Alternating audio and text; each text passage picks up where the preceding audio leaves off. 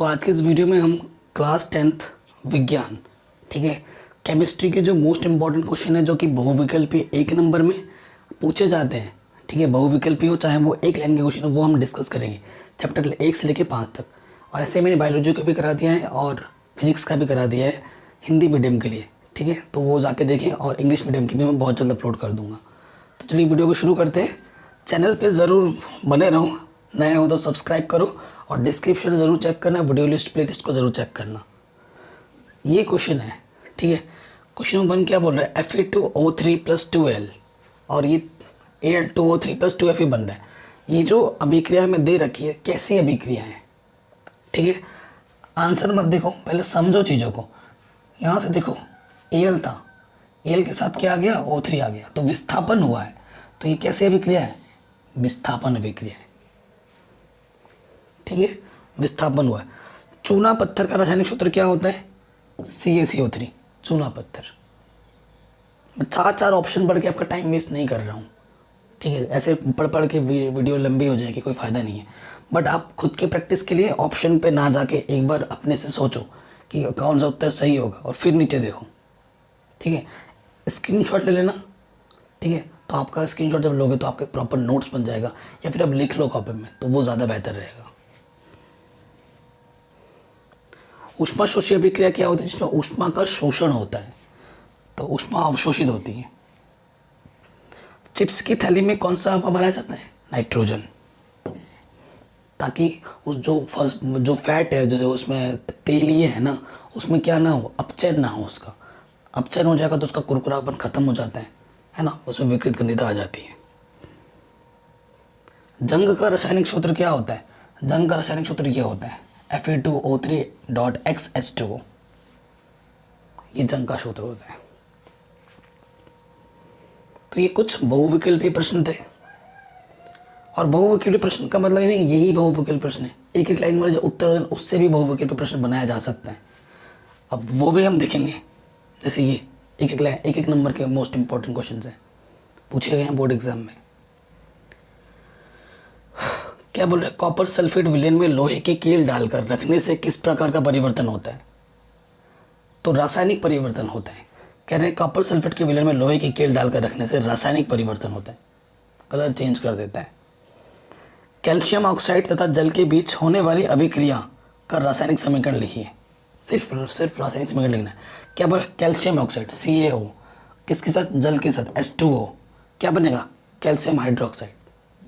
बस इसी तरीके से यहाँ पर बोला है फेरस सल्फेट के क्रिस्टलों को गर्म करने पर, ये गर्म किया हमने, क्या बनेगा, तो फेरिक ऑक्साइड बनेगा, सल्फर डाइऑक्साइड बनेगा और सल्फर ट्राइऑक्साइड बनेगा। यह अभिक्रिया होगी। कह रहे वियोजन अभिक्रिया किन्हें कहते हैं, वियोजन अभिक्रिया क्या होता है, ऐसी रासायनिक अभिक्रिया जिनमें कोई पदार्थ वियोजित होकर दो या दो से अधिक प्रकार के पदार्थ उत्पन्न करता है, वियोजन अभिक्रिया कहलाती है। और अगर आपने NCERT ढंग से पढ़ी है, विज्ञान के चैप्टर को ढंग से सीखा है मेरे वीडियो से, सारे क्वेश्चन आपको आते होंगे, ठीक है। So concept is the king. कह रहे हैं वियोजन अभिक्रिया का संतुलित रासायनिक समीकरण लिखिए। एक वियोजन अभिक्रिया आपको देना है और वो संतुलित भी हो। इधर एक ही पदार्थ है, गर्म किया वियोजित हो गया, ये हो गया। इधर कैल्शियम एक बार है, इधर भी एक बार, इधर कार्बन एक बार है, इधर भी एक बार, इधर ऑक्सीजन 3 है, इधर भी ऑक्सीजन 3 है, 2 और 1 3। फिर बोल रहे ऊष्मीय वियोजन अभिक्रिया का एक उदाहरण दीजिए। ऊष्मा उदाहरण देना है बस। तो पोटेशियम क्लोराइड को गर्म करने पर इसका पोटेशियम क्लोराइड बनना, ये ऊष्मीय वियोजन का एक उदाहरण है, ठीक है। गरम का चिन्ह ये होता है त्रिभुज टाइप, डेल्टा बोलते हैं इसको। अपचयन को परिभाषित कीजिए। अपचयन क्या कहलाता है, वह अभिक्रिया जिसमें कोई पदार्थ हाइड्रोजन से क्रिया करता है और ऑक्सीजन को अलग करता है या फिर इलेक्ट्रॉन को ग्रहण करता है, क्या कहलाता है, अपचयन कहलाता है। दो तरीके की परिभाषा है, इलेक्ट्रॉन ग्रहण करेगा अपचयन है, ठीक है। ऑक्सीजन की कमी होगी, हाइड्रोजन की वृद्धि होगी, अपचयन है। और इसका उल्टा क्या हो जाएगा, ऑक्सीजन की वृद्धि होगी, हाइड्रोजन की कमी होगी और इलेक्ट्रॉन को त्यागेगा, तब होगा उपचयन। और दोनों हो रहे होंगे तो रेडॉक्स अभिक्रिया। अब इसमें बताना है कि किसका उपचयन हो रहा है, किसका अपचयन हो रहा है। देखो यहाँ Mn के साथ क्या है, O2 है, तो Mn के साथ O2 है तो यहाँ देखो ऑक्सीजन की क्या हो गई, कमी हो गई। तो जब ऑक्सीजन कमी होती है तो क्या होता है, उपचयन। हाँ, और HCl जो है यहाँ HCl है तो ये भी उपचयित हो रही है।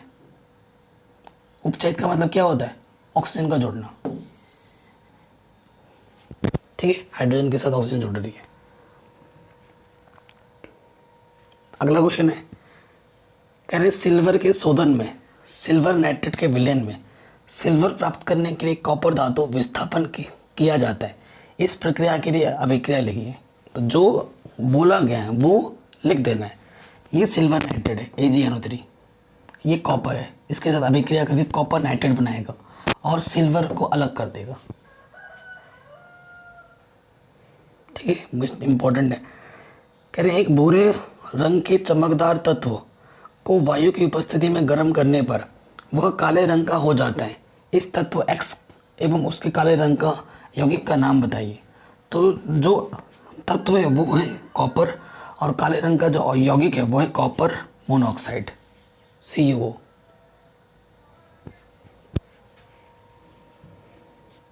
अगला क्वेश्चन है, सफेदी करने पर किस पदार्थ के कारण दीवारों पर चमक उत्पन्न हो जाती है।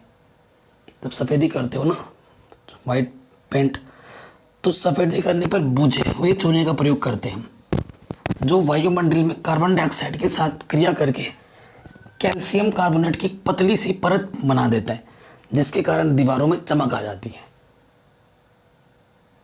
इंपॉर्टेंट है। कह रहे लोहे की वस्तु को हम पेंट क्यों करते हैं। लोहे की वस्तु वायु की ऑक्सीजन तथा नमी के संपर्क में आने से उसमें क्या होता है, बुरी बुरी परत जम जाती है, यानी कि जंग लग जाता है, जो कि लोहे पर जंग लगने से लोहे की जो क्षमता होती है उसे कम कर देती है और उसे नष्ट कर देती है। तो उसे बचाने के लिए लोहे की वस्तु पर हम पेंट करते हैं। ये पूरा रीज़न लिखा हुआ है। फिर बोला जंग क्या है। कह रहे जंग आयरन ऑक्साइड तथा आयरन हाइड्रोक्साइड का मिश्रण होता है। फिर बोला तेल एवं वसायुक्त खाद्य पदार्थों को नाइट्रोजन में प्रवाहित क्यों किया जाता है, ताकि उसको उपचयित होने से हम बचा पाएं। शॉर्ट में ये पूरा लंबा लिखा रखा है इसमें। अगला क्वेश्चन है, विस्थापन अभिक्रिया का एक उदाहरण दीजिए। बस उदाहरण बोला था, ये उदाहरण है। ठीक है, विस्थापन तो हो रही है Fe+CuSO4, तो यहाँ से Fe आ गया, FeSO4 और Cu अलग रह गया। ठीक है, फिर संयोजन अभिक्रिया किसे कहते हैं। संयोजन नाम से स्पष्ट हो रहा है, संयोजन जुड़ना। कह रहे हैं वे अभिक्रिया जिनमें दो या दो से अधिक प्रकार के पदार्थ संयोजित होकर एक पदार्थ बनाते हैं संयोजन अभिक्रिया कहलाते हैं। जैसे Mg+O2 2MgO, ये संयोजन अभिक्रिया का एक उदाहरण है। अब नेक्स्ट चैप्टर पे आते हैं। कह रहे किसी विलयन की हाइड्रोजन आयन सांद्रता मापन हेतु प्रयुक्त स्केल किसे कहते हैं। पीएच स्केल से हाइड्रोजन की सांद्रता मापते हैं। OH कितना है, OH नेगेटिव है ना, H पॉजिटिव कितना है, क्या उदासीन है, कैसे अम्लीय है, कैसे क्षारीय है, उसका कहते पता लगाते हैं पीएच स्केल से। कह रहे हैं कोई विलयन नीले लिटमस को लाल कर दे रहे हैं, यानी कि अम्ल है, इसका पीएच संभवतः क्या होगा, 8, 9, 10, 1 अम्ल कर देना। देखो नीले लिटमस को जब लाल कर रहा है यानी कि वो अम्ल है, और अम्ल 7 से कम होता है, यानी कि आंसर क्या होगा 1। और क्षार 7 से ज़्यादा होता है और 7 पे उदासीन होता है। बताइए आपको। कह रहे हैं एक विलयन लाल लिटमस को नीला कर रहा है, यानी कि क्षार है, तो इनमें से क्या होगा, क्षार कौन सा होता है, ये अम्ल है, ये अम्ल है, ये अम्ल है, क्षार ये है।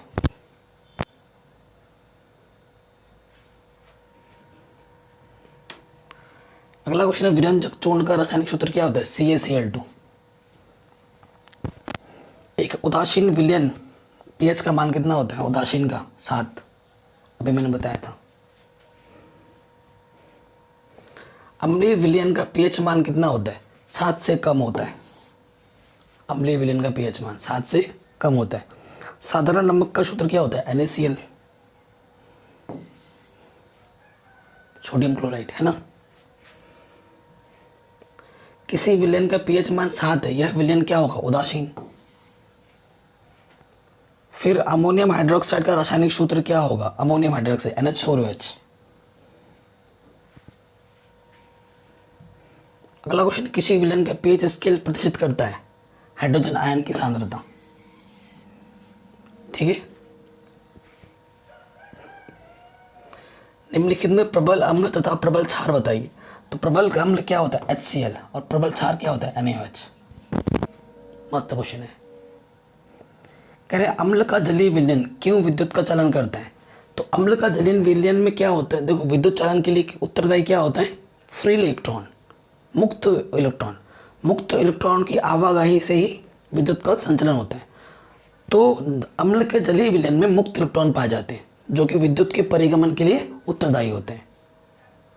ये लिख दो आप, हो गया आंसर। कह रहे शुष्क हाइड्रोजन क्लोराइड गैस शुष्क लिटमस पत्र के रंग का क्यों नहीं बदलती है? तो कह रहे हैं ये आप कह रहे हैं शुष्क HCl gas H positive ion उत्पन्न नहीं करती क्योंकि अणु से H पॉजिटिव आयनों का विलयन जल की अनुपस्थिति में नहीं हो सकता। ठीक है, शुष्क का मतलब क्या है?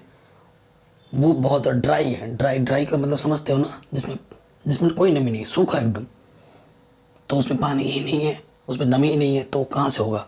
अतः आयनों की अनुपस्थिति अर्थात अम्लीय गुण की अनुपस्थिति के कारण शुष्क लिटमस पत्र का रंग परिवर्तित नहीं होता है। आयन की सांद्रता का विलयन की प्रकृति पर क्या प्रभाव पड़ता है? तो कह रहे हैं आयनों की सांद्रता के विलयन की अम्लीय प्रकृति का निर्धारण करती है H पॉजिटिव। ठीक है, और H पॉजिटिव की आयन की सांद्रता जितनी अधिक होगी विलयन उतना ही प्रबल अम्लीय होगा। ठीक है, उदासीनीकरण अभिक्रिया क्या होता है? तो जब अम्ल और क्षार की अभिक्रिया हम करते हैं और लवण और जल बनता है, इस अभिक्रिया को हम उदासीनीकरण अभिक्रिया कहते हैं। ठीक है, ये उदाहरण है। गंधीय सूचक क्या होते हैं? जो सुगंध से हम पहचानते हैं कि ये क्या है। वे पदार्थ जिनकी गंध अम्लीय अथवा क्षारीय माध्यम में भिन्न भिन्न होती है गंधीय सूचक कहलाते हैं। इनकी सहायता से अम्लीय तथा क्षारीय पदार्थों की पहचान की जा सकती है। अम्ल है तो उसका गंध अलग होगा, क्षार है तो उसका गंध अलग होगा। पीएच क्या होता है? पीएच वह स्केल है जिसके द्वारा हम उसकी हाइड्रोजन आयन की सांद्रता ज्ञात करते हैं। अगर 7 से कम है तो अम्लीय है, 7 से ज़्यादा है तो उदासीन है, 7 से ज़्यादा है तो क्षारीय है, 7 पर उदासीन है। वही लिखा है यहाँ पर। सब्जियों से बने किसी सूप के नमूने का पीएच मान 6 पाया गया है। इस सूप का स्वाद कैसा होगा? 6, 7 से कम, यानी कि अम्लीय होगा, खट्टा होगा। ठीक है, अगला क्वेश्चन है, दो व्यक्ति ए और बी के आमाशयिक रस का पीएच 1 और 3 है। किस व्यक्ति का आमाशयिक रस अधिक अम्लीय है? देखो, एक का 1 है और बी का 3 है, तो जितना कम होगा पीएच मान उतना अम्लीय ज़्यादा होता है। तो एक का पेट ज़्यादा खराब है ना, उसमें ज़्यादा एसिड बन रहा है। पीएच में कमी होना क्या प्रदर्शित करता है? पीएच में कमी होना अधिक अम्लीय प्रवृत्ति को प्रदर्शित करता है। जितना पीएच कम होगा अम्लीय प्रवृत्ति उतनी ही ज़्यादा होगी, और जितना पीएच ज़्यादा होगा उतनी क्षारीय प्रवृत्ति ज़्यादा होगी। ठीक, दांतों के अवक्षय का क्या कारण होता है? जब हमारे दांत है ना, घिस जाते हैं कभी कभी, आपको सेंसिटिविटी लगती है, पानी से कुल्ला करते हो तो झंझनाहट होती है, तो वो दांत के ऊपर जो एक इनेमल होता है ना, वो जब घिस जाता है तब ऐसा होता है। कह रहे हैं जब मुंह का पीएच स्तर 5.5 से कम हो जाता है तो दांत अवक्षयित होने लगते हैं। हर चीज़ का एक पीएच फिक्स है। पेट का जब पीएच कम होता है तो पेट में दर्द शुरू हो जाता है, और दांत मुंह का जब पीएच 5.5 कम होता है तो फिर वो अवक्षय होने लगते हैं, क्षय होने लगते हैं। कह रहे हैं दो विलयन ए तथा बी के पीएच मान क्रमशः 5 तथा 8 है। ए का 5 है, बी का 8 है। इनमें से कौन सा विलयन क्षारकीय है? तो क्षारीय क्या होता है? जो 7 से ज़्यादा है, तो बी क्षारकीय है क्योंकि बी का मान 8 है। वर्षा के जल का मान 5.6 से कम हो जाता है तो क्या कहलाता है? जब वर्षा जल का पीएच मान 5.6 से कम होता है तो उसे अम्लीय वर्षा कहते हैं। ठीक है, अम्लीय वर्षा कहते हैं। अपच के उपचार हेतु प्रयुक्त औषधियों के नाम लिखिए। पेट में जब खाना पचता नहीं है तो उसे अपच कहते हैं, तो उसमें क्या दिया जाता है? कौन सी दवाई दी जाती है? तो एल्यूमिनियम हाइड्रोक्साइड तथा मैग्नीशियम हाइड्रोक्साइड दवाई आपको दी जाती है। ठीक है। हमारे शरीर में उपस्थित कठोरतम पदार्थ का नाम बताइए। दंतवलक सबसे कठोर है। ठीक है, जो कैल्शियम फास्फेट से बनता है और एक कठोरतम पदार्थ है, बहुत ही सख्त पदार्थ माना जाता है। दो विरंजक चूर्ण इतना कठोर है कि हम हड्डियां चबा जाते हैं, हड्डियां तोड़ देते हैं, है ना। तो ऐसे तो तोड़ नहीं सकते थे, कठोर है तभी तोड़ रहा है वो। कह रहे विरंजक चूर्ण बनाने की अभिक्रिया का केवल रासायनिक समीकरण लिखिए और इसका एक उपयोग भी बताइए। तो विरंजक चूर्ण बनाने के लिए रासायनिक समीकरण देना है, ये लिखना है बस। CH को क्लोरीन के साथ अभिक्रिया कराएंगे, विरंजक चूर्ण बन जाएगा और पानी अलग हो जाएगा। उपयोग क्या है? पीने के जल को रोगाणु रहित करने में।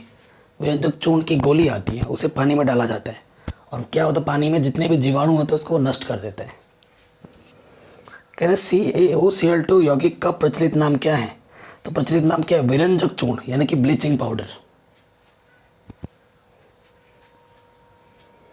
सोडियम हाइड्रोक्साइड उत्पन्न करने को प्रक्रम को क्लोर क्षारक अभिक्रिया क्यों कहते हैं?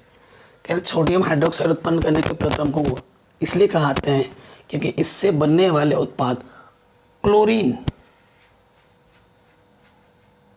होते हैं, इसलिए कहा जाता है। कह रहे प्लास्टर ऑफ पेरिस की जल के साथ अभिक्रिया लिखिए। ये प्लास्टर ऑफ पेरिस है, ये जल लिया मैंने, इसके साथ अभिक्रिया करा दी, मेरे को क्या मिल गया? जिप्सम मिल गया।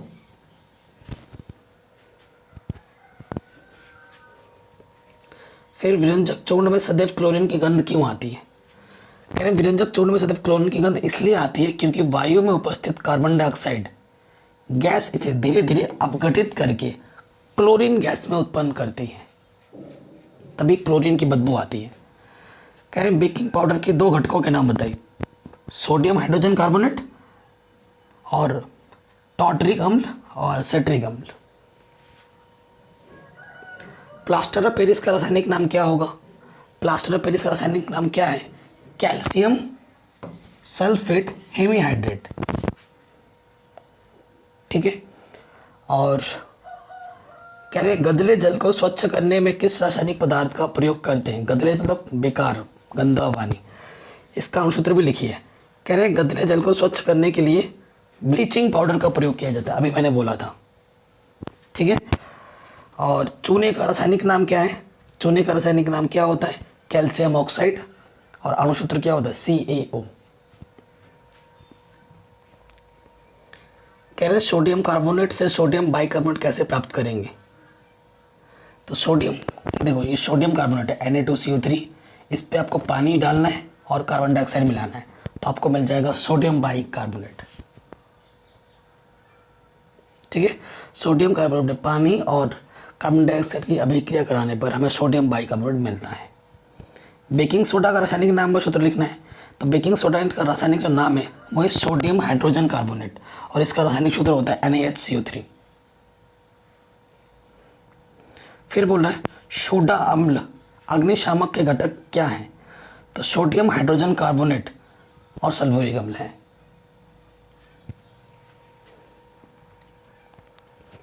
कह रहे धावन सोडा का रासायनिक नाम बताइए। धावन सोडा मतलब धोने का सोडा, तो उसका नाम क्या है? Sodium carbonate decahydrate. 10 मोल होते हैं हाइड्रोजन पानी के, तो डेका बोला जाता है। बेकिंग सोडा के 2 प्रमुख उपयोग बताइए।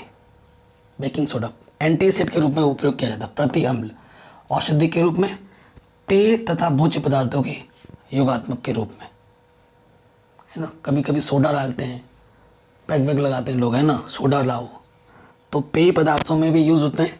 और प्रति अम्ल जब पेट का एंटीएसिड के रूप में, जब पेट में दर्द वर्द होने लगता है, खाना पचता नहीं है, तब भी पीते हैं।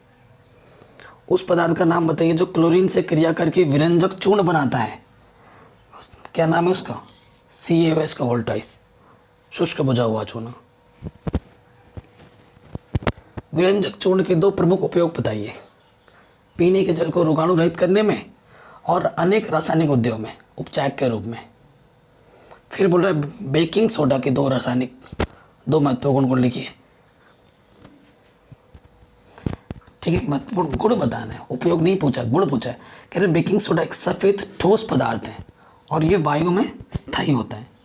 बेकिंग सोडा जल में अल्प विलेय है, ये दूसरा गुण है, तथा इसका जलीय विलयन क्षारीय होता है। ये गुण पूछा था हमसे, उपयोग नहीं। उस पदार्थ का नाम और रासायनिक सूत्र लिखिए जिसका उपयोग डॉक्टर टूटी हड्डी को सही जगह पर स्थिर रखने के लिए करता है। तो नाम क्या होगा? प्लास्टर ऑफ पेरिस, और सूत्र ये है CaSO4 ½ H2। फिर बोल रहे क्या होता है जब कार्बन डाइऑक्साइड गैस को चूने के प्रवाहित किया जाता है? सिर्फ समीकरण लिखना है। ये कार्बन डाइऑक्साइड है, ये चूना है। जब आप प्रवाहित करोगे तो आपको क्या मिलेगा? CaCO3, कैल्शियम कार्बोनेट, और पानी अलग हो जाएगा। अब आ रहे हैं नेक्स्ट चैप्टर में, धातु और धातु। कह रहे सामान्य अवस्था में द्रव अवस्था में पाई जाने वाली अधातु क्या है? वो धातु बताना जो सामान्य अवस्था में द्रव अवस्था में रहती है। तो वो क्या है? ब्रोमीन। एल्यूमिनियम की सतह पर ऑक्सीजन का परत बनना क्या कहलाता है? एनोडिक। एल्यूमिनियम की सतह पर जब ऑक्सीजन की परत बन जाती है तो उसे क्या बोलेंगे? एनोडिक। अगला क्वेश्चन है निम्नलिखित धातु में उत्कृष्ट धातु का नाम बताइए। तो जो सबसे उत्कृष्ट धातु वो है प्लेटिनम। निम्नलिखित धातुओं के सबसे अधिक आघातवर्धनी क्या होता है? आघातवर्धनी मतलब जिसको आप पीटोगे तो वो चपटी हो जाएगी, टूटेगी नहीं। तो वो सबसे आघातवर्धक धातु का नाम क्या है? Au। धातुओं को पतले तारों पर खींचने की क्षमता क्या कहलाती है? तन्यता। लंबी पतली पतली तारों के रूप में जब हम धातु को गर्म करके बनाते हैं ना, तो वो गुण तन्यता कहलाती है।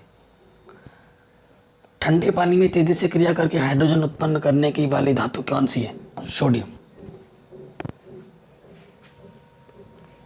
अगला क्वेश्चन है सोडियम को केरोसिन में डुबोकर क्यों रखा जाता है? तो सोडियम धातु का जो ज्वलन ताप होता है वो अत्यंत कम होता है। जैसे ही उसे वायु के संपर्क में रखा होगा वो आग पकड़ लेती है, तभी उसको केरोसिन में डुबा के रखा जाता है। दो धातुओं के नाम बताइए जो प्रकृति में मुक्त अवस्था में पाई जाती है। कितनी बार आ रखा है? तो सोना चांदी। उस धातु का नाम व प्रतीक लिखिए जो सामान्य ताप पर द्रव अवस्था में पाई जाती है। कितनी बार पूछा गया है? तो सामान्य ताप पर कौन सी धातु है? वो मरकरी धातु है जो सामान्य ताप पर द्रव अवस्था में पाई जाती है और इसका प्रतीक Hg है। मरकरी को Hg से प्रदर्शित करते हैं। कह रहा है एक अधातु का नाम लिखिए जो सामान्य ताप पर द्रव अवस्था में पाई जाती है।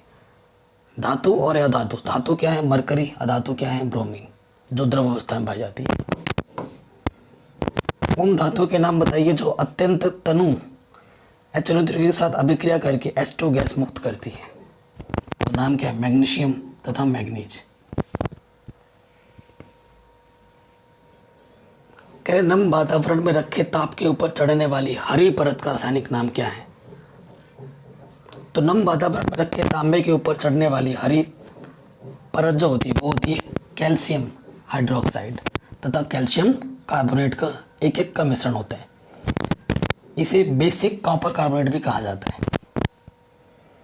फिर बोल रहे विद्युत उपकरणों में प्रयुक्त होने वाली तारें कॉपर अथवा एल्यूमिनियम की क्यों होती हैं?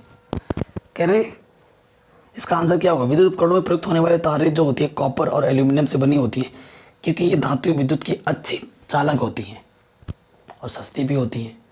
इसीलिए अच्छी चालक सोना भी है, लेकिन सोना महंगा है तो उसको हम यूज़ नहीं कर सकते, अफोर्डेबल नहीं है वो। अगला क्वेश्चन है विद्युत तारे पॉलीवाइलिन क्लोराइड PVC से आवृत्तित क्यों होती है? जो तार होता है ना उसके ऊपर एक प्लास्टिक की परत चढ़ी रहती है ना। आपको नंगी तार तो नहीं दे देता, तो वो क्यों चढ़ी रहती है? कह रहे विद्युत तारे पॉलीवाइलिन PVC से आवृत्तित होती है क्योंकि PVC विद्युत का कोचालक होता है और हमें विद्युत के झटके से बचाता है ना। तार पकड़ तो ऊपर से करंट नहीं लगता, नंगी तार पकड़ोगे तो लगेगा करंट। उस अधातु का नाम लिखिए जो कमरे के ताप पर द्रव अवस्था में पाई जाती है। ब्रोमीन, पहले भी बता चुके हैं। प्रायः गोल्ड तथा सिल्वर धातु प्रकृति में स्वतंत्र अवस्था में पाई जाती है। क्यों? जो गोल्ड है और जो चांदी है, सोना चांदी, वो स्वतंत्र अवस्था में पाई जाती है। क्यों? कह रहे गोल्ड तथा सिल्वर अत्यंत कम अभिक्रियाशील धातु हैं, इसलिए प्रकृति में स्वतंत्र अवस्था में पाई जाती है। निम्नलिखित में 4-8 द्वारा दर्शाया कौन सा तत्व धातु है? तो ये जो धातु बताना है वो ये वाला धातु है। ठीक है, धातु कौन से होते हैं? जिनके बाहरी तत्व में अगर आप परमाणु क्रमांक का करोगे, जिनके बाहरी तत्व में 1, 2 या 3 आते हैं तो वो तत्व धातु होते हैं। यहाँ 12 है, ठीक है, तो 12 का करोगे तो क्या आ जाएगा? 2, 8, 2, तो ये धातु है। अब 9 का करोगे तो पहली कक्षा में 2, दूसरे में 7, तो ये धातु नहीं है, ये धातु है। ये इसका रीज़न है। कह रहे हैं अधातुएं ऑक्सीजन के साथ संयुक्त होकर कैसा ऑक्साइड बनाती है? कोई 2 उदाहरण लिखिए। अधातुएं ऑक्सीजन के साथ संयुक्त होकर अम्लीय बनाती हैं, जैसे CO2, SO2, ये सब बनाती है। धातुओं के आघातवर्धक गुणधर्म से क्या अभिप्राय है? तो वही पीट पीट कर पतली चादर बनाते हैं। धातु की तन्यता का मतलब पतली तार के रूप में खींच सकते हैं, लिखा है यहाँ पर। क्या होता है जब, केवल रासायनिक समीकरण देना है, जब वायु तांबे को, क्या है ये उल्टा लिखा है इसने, तांबे को गर्म किया जाता है। गलत क्वेश्चन है ये, इसे मत करना। अगला क्वेश्चन है जिंक आयरन सल्फेट के विलयन में डालने से क्या होता है? तो जिंक आयरन को सल्फेट के विलयन में डालने से ZnSO4 और Fe अलग हो जाता है। लौह चूर्ण पर तनु हाइड्रोक्लोरिक अम्ल डालने से क्या होता है? ये लौह चूर्ण है, इस पर तनु हाइड्रोक्लोरिक डालोगे तो FeCl2 बनेगा और H2 गैस बन के अलग हो जाएगा। अगला चैप्टर है कार्बन एवं उसके यौगिक। एथेन C2H6 में उपस्थित होते हैं। एथेन C2H6 है ना,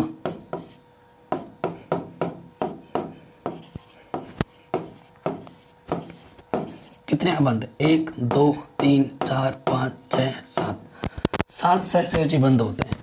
ठीक है, ये आंसर हो जाएगा। कह रहे ब्यूटेनॉन में उपस्थित क्रियात्मक समूह है ब्यूटेनोन। नोन मतलब कीटोनिक ग्रुप है, कीटोनिक ग्रुप। निम्नलिखित में से कौन सा एक समजात श्रेणी है? समजात श्रेणी कौन सा है? ये गलत, ये CH4 मीथेन है समजात श्रेणी। कौन सा नहीं है? CH4, C2H6, C3H8, C4H8। तो इन सब में 2-2 का अंतर है। देखो CH2 का अंतर इन सब में, CH2 जोड़ोगे ये आया, CH2 जोड़ा ये आया, इसमें CH2 जोड़ोगे तो कुछ C4H10 आना चाहिए था, तो वो नहीं है। तो ये नहीं है समजात श्रेणी का मेंबर इसमें। ठीक है, ये कुछ अलग कैटेगरी का मेंबर है। कार्बन यौगिकों की संख्या बहुत अधिक होने का मुख्य क्या कारण है? कह रहे कार्बन परमाणुओं का सहसंयोजन द्वारा श्रृंखला बनाने का गुण, जो कार्बन होता है ना, श्रृंखलन का गुण होता है इसमें। ठीक है, तो ऑप्शन नंबर बी सही हो जाएगा। कार्बन का अपर रूप कौन सा होता है? कार्बन का अपर रूप हीरा है, ग्रेफाइट है, काजल है, तो ये सभी हो जाएंगे, डी ऑप्शन। अगला आ जाओ, कार्बन के 2 अपर रूपों के नाम लिखिए, हीरा और ग्रेफाइट। C60 अणु का फ्लोरीन क्यों कहलाता है?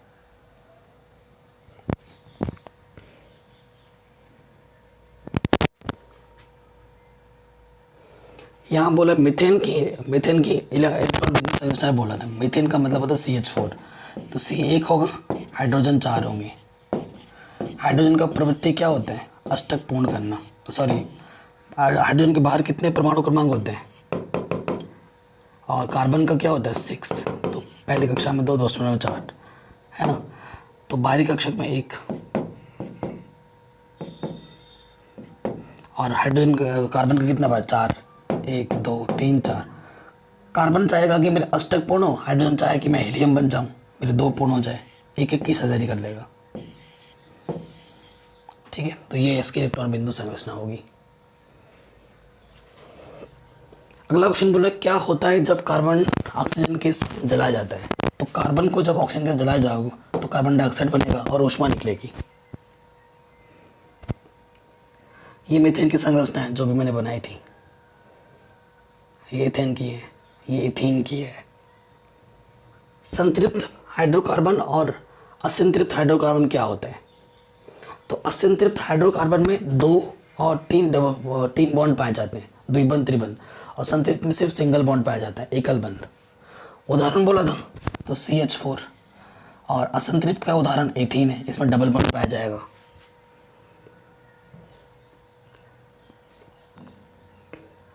कह रहे एक अधातु X 2 भिन्न भिन्न रूपों Y और Z में रहते हैं। Y कठोरतम प्राकृतिक पदार्थ है जबकि Z विद्युत का एक अच्छा चालक है। X Y Z को पहचानिए। बहुत ही शानदार क्वेश्चन है। तो अधातु X क्या है, कार्बन है। इसके 2 भिन्न रूप हैं, हीरा और ग्रेफाइट। ठीक है, हीरा एक कठोरतम प्राकृतिक पदार्थ है जबकि ग्रेफाइट विद्युत का एक अच्छा चालक है, करंट पास होता है उसमें। ठीक है, X हमारा हीरा है और Z हमारा ग्रेफाइट है। लास्ट चैप्टर आ गए। अब हम करें 2, 8, 7 इलेक्ट्रॉनिक विन्यास वाले परमाणु क्रम का परमाणु क्रमांक क्या होगा। तो बस इसको जोड़ दो, कितना होगा, 17 आ जाएगा। 17 किसका होता है, क्लोरीन। नाम बोलता तो क्लोरीन भी लिख देते। करें आवर्त सारणी की किसी आवर्त में बाएं से दाएं जाने पर कौन सा परिवर्तन होता है। तो जब आप बाएं से दाएं जाओगे तो परमाणु अधिक सरलता से इलेक्ट्रॉन निकालते हैं। Option number C. अगला क्वेश्चन है परमाणु क्रमांक 20 वाला तत्व आवर्त सारणी में कहाँ रखा जाएगा। तो इसको तोड़ो, 2, 8, 8, 2, 1, 2, 3, 4 कौन से आवर्त में रखा जाएगा, चौथे आवर्त में। सिंपल। एक तत्व M आवर्त सारणी के तृतीय समूह में उपस्थित है, इसके क्लोराइड का सूत्र क्या होगा। तृतीय समूह में है M तो MCl3 होगा। उपधातु के उदाहरण है बोरॉन, बेरिलियम, जर्मेनियम। ये सभी के सभी क्या हैं, उपधातु हैं। उपधातु क्या होते हैं, जिसमें धातु और अधातु दोनों के गुण होते हैं।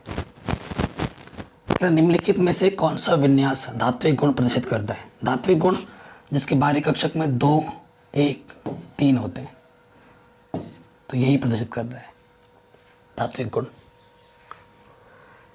तत्वों की वर्गीकरण की आवश्यकता क्यों हुई, उसके सरल अध्ययन के लिए, ताकि हम उसका अध्ययन सरलता से कर पाएं। ये लिखा है यहाँ पर। अष्टक नियम को किसने प्रतिपादित किया था, जॉन न्यूलैंड ने। न्यूलैंड का अष्टक नियम बोलते हैं ना। क्या न्यूलैंड के अष्टक स्तंभों में भी डायमंड के अतिरिक्त पाए जाते हैं। बोलोगे हाँ ऐसा है। कौन सा है, लिथियम, पोटेशियम, सोडियम। कह रहे हैं ABC डायमंड त्रिक के तत्व हैं। यदि A का परमाणु भार 7, B का तथा C का परमाणु भार 23 हो तो B का कितना होगा। तो डायमंड त्रिक ने क्या बोला था कि जो बीच वाला होता है पहले और तीसरे को जोड़ो और उसका आधा कर दो। पहले का 7, तीसरे का 23, आधा 30/2 यानी कि कितना जाएगा 15। तो कितना होगा परमाणु बीच वाले का, 15 होगा। मध्य होगा, उसका आधा होगा। मेंडलीफ का आवर्त नियम क्या है। मेंडलीफ ने क्या बोला था, उसके तत्व के जो परमाणु भार के बढ़ते क्रम में रखा गया था मेंडलीफ की आवर्त सारणी में। इस नियम के अनुसार तत्वों के गुणधर्म उनके परमाणु द्रव्यमानों के आवर्ती फलन होते हैं, मतलब भार के बढ़ते हुए क्रम में व्यवस्थित किया गया था। मेंडलीफ की आवर्त सारणी में वर्गों तथा आवर्तों की संख्या लिखिए। तो मेंडलीफ की आवर्त सारणी में 9 वर्ग हैं और 7 आवर्त हैं। आवर्त सारणी एक ही आवर्त के तत्वों के परमाणु का आकार किस प्रकार परिवर्तित होता है। तो आवर्त सारणी में एक ही आवर्त के तत्वों का परमाणु बाईं से दाईं और क्रमिक रूप से घटते हैं। ये क्वेश्चन काफ़ी बार आया है। आधुनिक आवर्त नियम क्या है। तो आधुनिक आवर्त नियम में तत्वों को उनके परमाणु क्रमांक के बढ़ते हुए क्रम में रखा गया है। ये लिखा है यहाँ पर। किसी तत्व का इलेक्ट्रॉनिक विन्यास 2 8 3 है, इसे आवर्त सारणी में किस समूह में रखना उचित होगा? 2 8 3 है, 1 2 3, 3 तो तृतीय समूह में रखना उचित होगा। उस तत्व का नाम परमाणु संख्या बताइए जिसके इलेक्ट्रॉनिक विन्यास इतने हैं। तो इन सबको जोड़ दो, 2 8 11। 11 किसका होता है? सोडियम का। तो नाम क्या है? सोडियम है। उपधातु क्या होते हैं? जिसमें धातु और अधातु दोनों के गुण पाए जाते हैं, उसे उपधातु कहते हैं। उदाहरण जर्मेनियम। उत्कृष्ट गैसों की खोज किसने की थी? लॉर्ड रेले और सर रैमजे ने की थी। आयरन एंथैल्पी क्या है? परमाणु कक्षा के बाहरी कक्षक से, ठीक है मैं पूरा पढ़ देता हूँ। किसी तत्व के उदासीन गैसीय परमाणु की तलस्थ अवस्था में उसके बाह्यतम कोश से इलेक्ट्रॉन पृथक करने हेतु आवश्यक ऊर्जा की मात्रा को उस तत्व की आयनन ऊर्जा अथवा आयनन एंथैल्पी कहते हैं। ठीक है। और बाहरी तत्व से खींचने के लिए, इलेक्ट्रॉन निकालने के लिए जो आवश्यक ऊर्जा होगी उसे आयनन एंथैल्पी या फिर आयनन ऊर्जा कहते हैं। और बायोलॉजी पढ़ाई जो हम एमसीक्यू इससे पहले वीडियोस में। तो आज के इस वीडियो में केमिस्ट्री के मोस्ट इंपॉर्टेंट क्वेश्चन देखे 1 नंबर में और बहुविकल्पी में। वीडियो अच्छी लगी तो लाइक शेयर ज़रूर करना। मिलते हैं आपसे नेक्स्ट वीडियो में। जय हिंद।